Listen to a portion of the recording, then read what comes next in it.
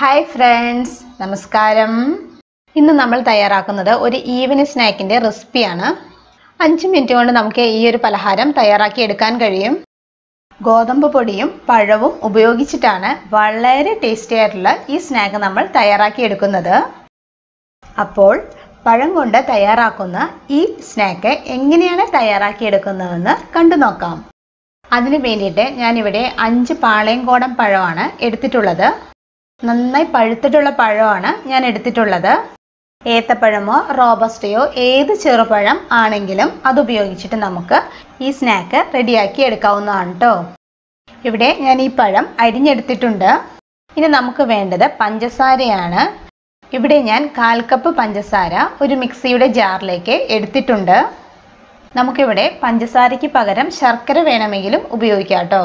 നമ്മുടെ മധുരത്തിനനുസരിച്ച് പഞ്ചസാരയുടെ അളവ് എടുത്താൽ മതിയാകും. പഞ്ചസാരയിലേക്ക് 4 ഏലക്ക ചേർത്ത് കൊടുക്കുന്നുണ്ട്. ഏലക്കായുടെ തൊലി കളഞ്ഞിട്ടാണ് കേട്ടോ ഞാൻ ചേർത്ത് കൊടുത്തിട്ടുള്ളത്. ഇനി നമുക്ക് ഈ പഞ്ചസാര നന്നായിട്ട് പൊടിച്ചെടുക്കണം. അപ്പോൾ ഞാൻ പൊടിച്ചെടുത്തിട്ട് വരാം കേട്ടോ. ഇവിടെ ഞാൻ പഞ്ചസാര നന്നായിട്ട് പൊടിച്ചെടുത്തിട്ടുണ്ട്. ഇനി നമുക്ക് ഈ ജാറിലേക്ക് അരിഞ്ഞെടുത്തിട്ടുള്ള പഴം ചേർത്ത് കൊടുക്കാം. ഇനി നമുക്ക് ഈ പഴം നന്നായിട്ട് അരച്ചെടുക്കണം. അപ്പോൾ ഞാൻ അരച്ചെടുത്തിട്ട് വരാം കേട്ടോ. അരച്ചെടുത്ത് നമ്മുടെ പഴത്തിൻ്റെ മിക്സ് ഒരു ബൗളിലേക്ക് മാറ്റിയിട്ടുണ്ട്.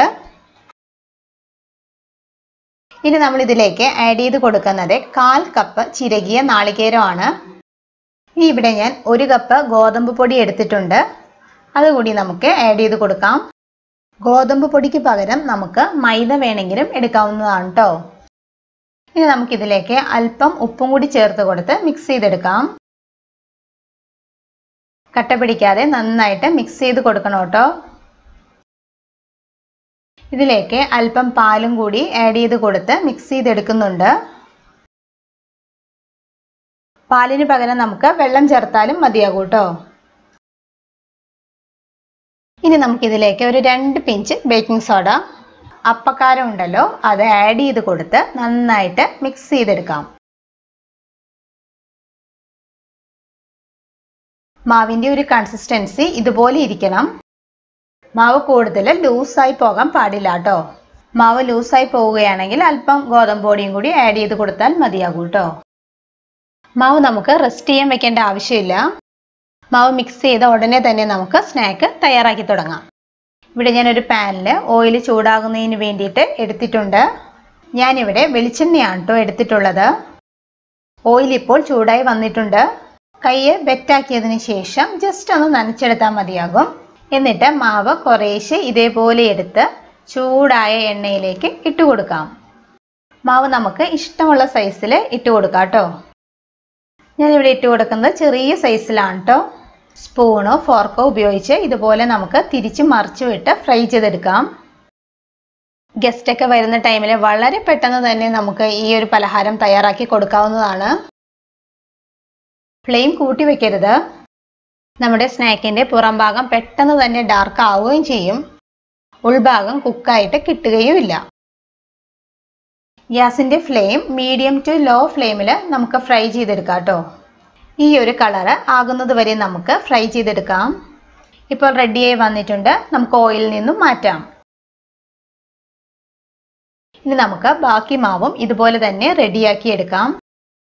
മാവ് ഇതുപോലെ ചെറിയ സൈസിൽ ഇട്ട് കൊടുക്കുകയാണെങ്കിൽ നമുക്ക് പെട്ടെന്ന് തന്നെ അകമെല്ലാം നന്നായി കുക്കായി ഫ്രൈ ആയിട്ട് കിട്ടും. പഴമൊക്കെ നന്നായിട്ട് പഴുത്തു പോവുകയാണെങ്കിൽ കളയേണ്ട ആവശ്യമില്ല. ഇതുപോലെ വളരെ എളുപ്പത്തിൽ സ്നാക്ക് തയ്യാറാക്കി വളരെ ടേസ്റ്റി ആയിട്ട് നമുക്ക് കഴിക്കാൻ കഴിയും. ഗോതമ്പ് പൊടിയും പഴവും നാളികേരവും എല്ലാം നന്നായി മിക്സാക്കി തയ്യാറാക്കി എടുക്കുന്ന ഈ പലഹാരം വളരെ ടേസ്റ്റിയാണ് കേട്ടോ.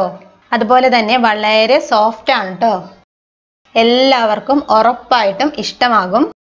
എല്ലാവരും ഇതുപോലെ ഈ പലഹാരം തയ്യാറാക്കി നോക്കണം. അപ്പോൾ വീഡിയോ ഇഷ്ടമായാൽ സബ്സ്ക്രൈബ് ചെയ്യാനും ഷെയർ ചെയ്യാനും മറക്കല്ലേ. Thank you. ബൈ.